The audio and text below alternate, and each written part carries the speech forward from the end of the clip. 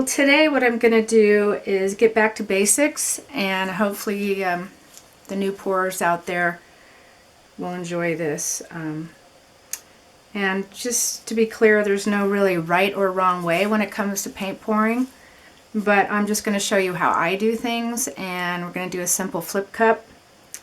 And I just want to, these colors right here, a lot of them are leftover paints, so I really don't have the colors for them, except I do use the Artist Loft white, and this is a Phthalo Blue. The rest of them have a little mixture in them, so sorry I don't have the colors right now. The paints do have silicone in them, except for the white doesn't. And the reason why the white doesn't, I think, is so it'll have the contrast and it'll have webbing where the other colors will pop through it. So that's why I don't put it in the white. And I'm going to be doing an 8x10 canvas, and you get these at Michael's. You could get the 10 pack. It's super cheap when they're on sale. They're like $1.30 a piece. And I just put pins on the back, and it keeps it up off. I use wax paper. You can also use these kind of pins. They're bigger if you have a bigger canvas. These canvases are all gessoed already, so you don't need to put any kind of base coat down before your flip cup.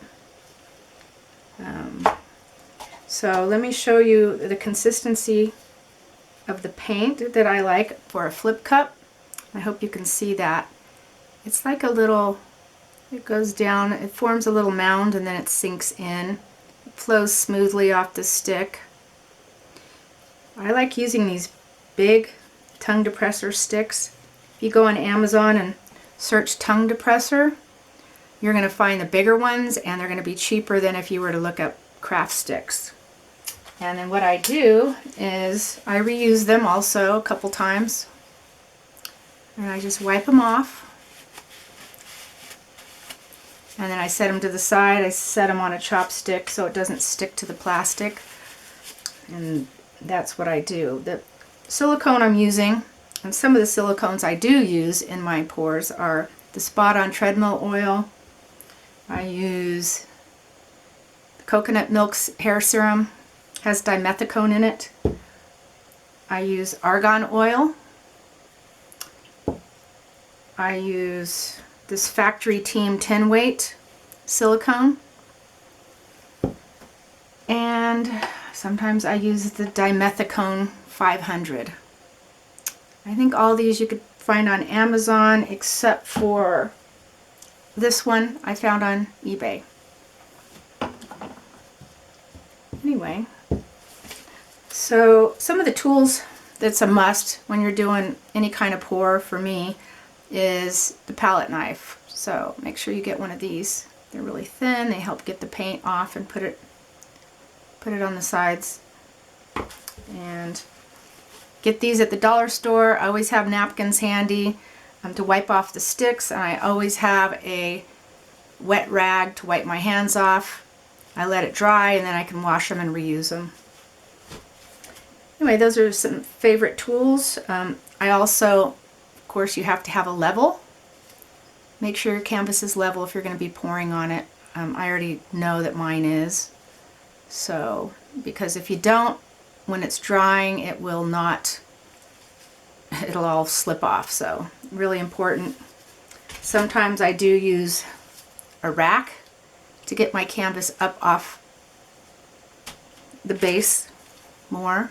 I also use wax paper underneath. So anyway, you can get any kind of rack, baking rack. Sometimes the pins are just more handy.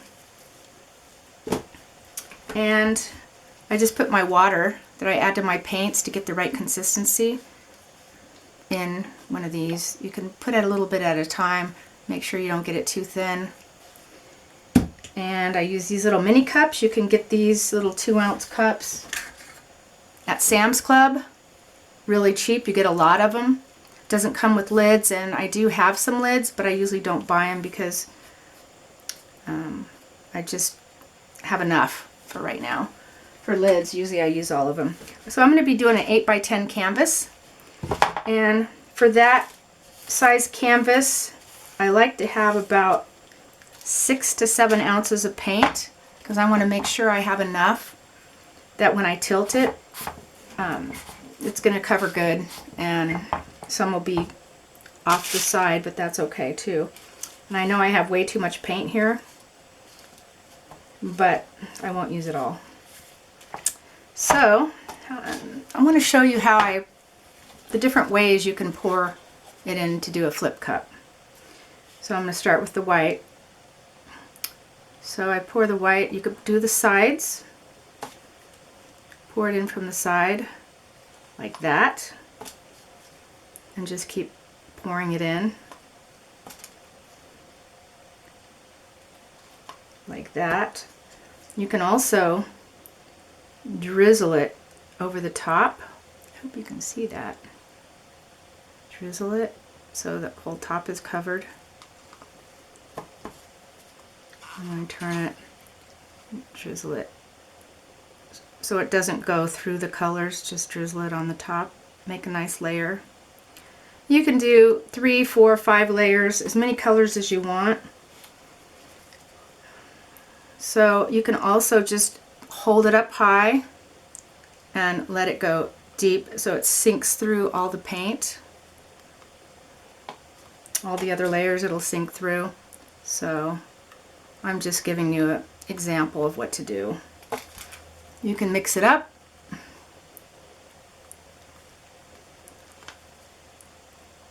You can just pour it in any way you want. So this cup has different varieties. What it's going to look like, who knows. Okay.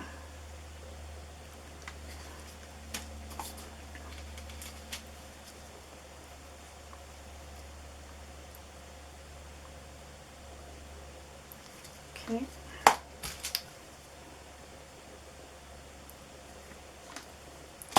Phthalo Blue is an awesome color. I really like it. So now I'm just pouring it any old way.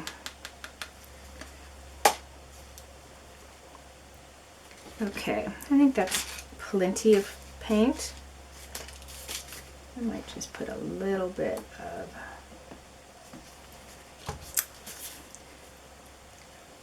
little more squirt of white. You always use more white than you think you need. Okay, so I'm going to also show you how I flip the cup. Yeah, that's way too much paint, but that's okay. So I like to hold the cup with my right or left hand, whatever hand you are. Put the canvas over, hold it, and flip it over. Okay, make sure you hold it and then set it down. So I just wait a little bit, not quite a minute, tap the bottom. We want to make sure all the paint gets out of there. Bring it down a little bit.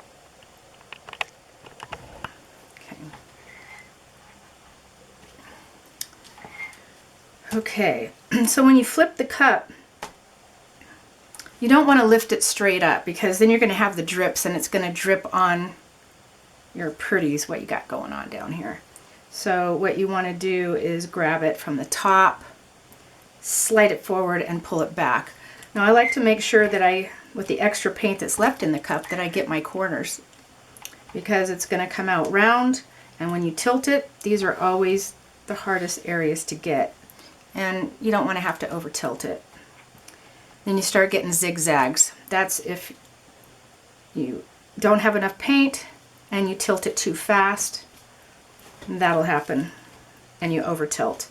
So let me show you. Hopefully you can see this. I'm going to go ahead and go like this, and then I go to the side and the very edge.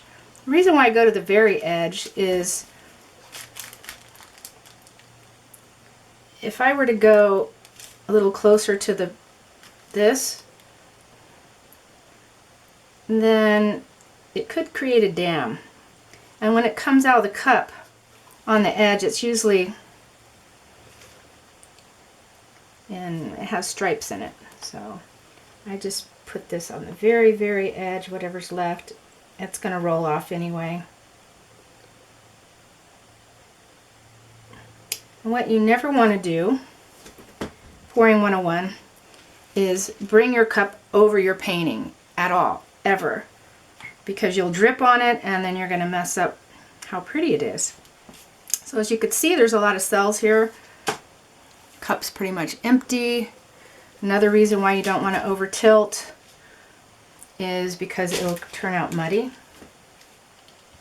So just let it sit there for a while. And on this one, I use a torch. I also use a heat gun.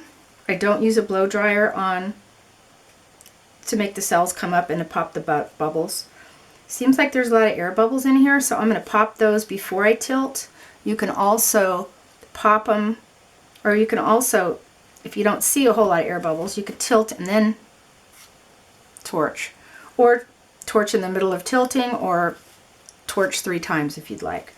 This time I'm going to torch right now, even though I have a lot of cells. So I'm going to go ahead and give it a torch.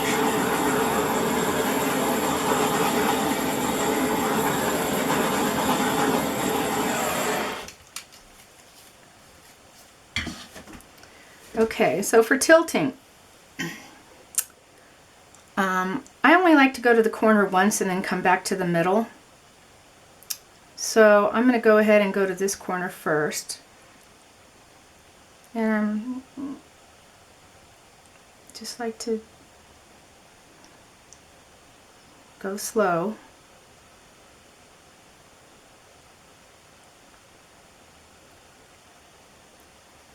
You can hold your hand there if you feel like it's going over the side too much.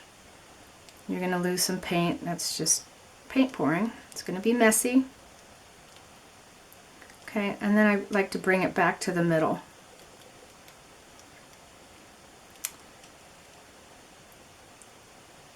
Because some of the paint I have has different mediums in it, most of the paint has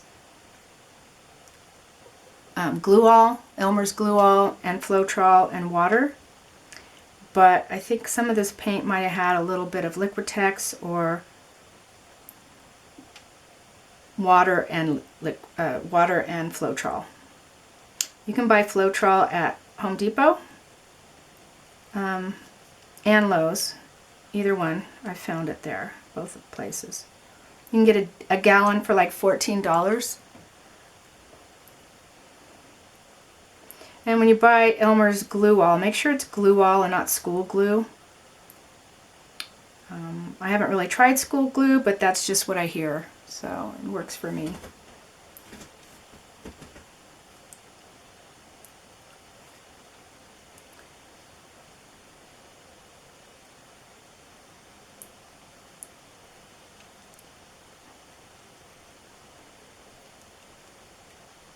Not real thrilled with that lavender color, but this is pretty much just explaining how to do a flip cup, the process, and the technique. So come back to the middle.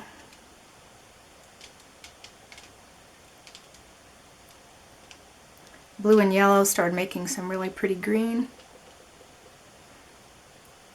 Go this way.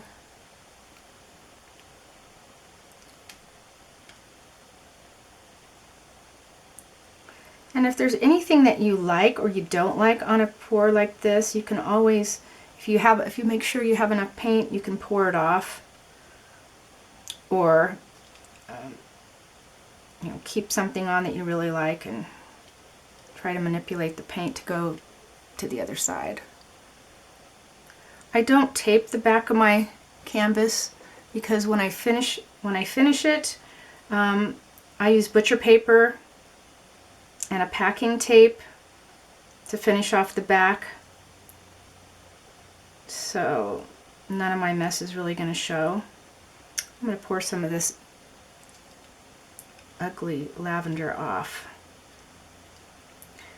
Now these cells didn't turn out very round, and I think it's because of the leftover paint I used. But they don't have to be round, they could be what's happening here. So I'm going to go back to the middle a little bit. Okay, I lost you there for a minute. So with the palette knife on the sides, I like to just, wherever it fell off from is where I like to pick it up from. So I just pick it up and I actually pour it right on the sides. I don't try to get on the top too much, but I like to make it look natural. I don't use my fingers and pat it all around. Some people do that, but I like the sides to look like it's flowing down, like part of the painting. So I'm going to check all the sides. There's a little bit here. Let that flow down. Now some people use the skins, they call these skins. Everything that's down on the bottom can be a skin. And if you're going to use your skins to make jewelry, then I would suggest using freezer paper. It peels right off after it's dried. Not so much with wax paper. But I'm just not into making jewelry lately, so I'm okay. And you can't really reuse the paint on the bottom. I guess if you wanted to make a card or something super small, you could. But it turns muddy pretty quick. So just for an example of something else I do just for fun, is I do a little swipe. So I don't know if you can see that, but just swipe it, and sometimes you get cool little cells going on. I'll be doing another video on how to do a swipe, more basic stuff. When you get finished, you have to let this dry for at least, I let them dry for 3 weeks before I varnish. And the varnish I like to use is these two, polyacrylic Minwax and Winsor & Newton High Gloss. They're both, I can't really tell the difference in either one. I put 4 coats of each on, and I'll be doing a video of how I do the polyacrylic, which is a lot cheaper, and I put it on with a sponge. I'll be doing a video of that. What else? I guess that's it. So anyway, there you go. Basics on how to flip a cup, the consistencies of the paint, how to pour it in the cup, and I hope you enjoyed it. If you did, if you please like and subscribe. I'm going to be doing more. Take care.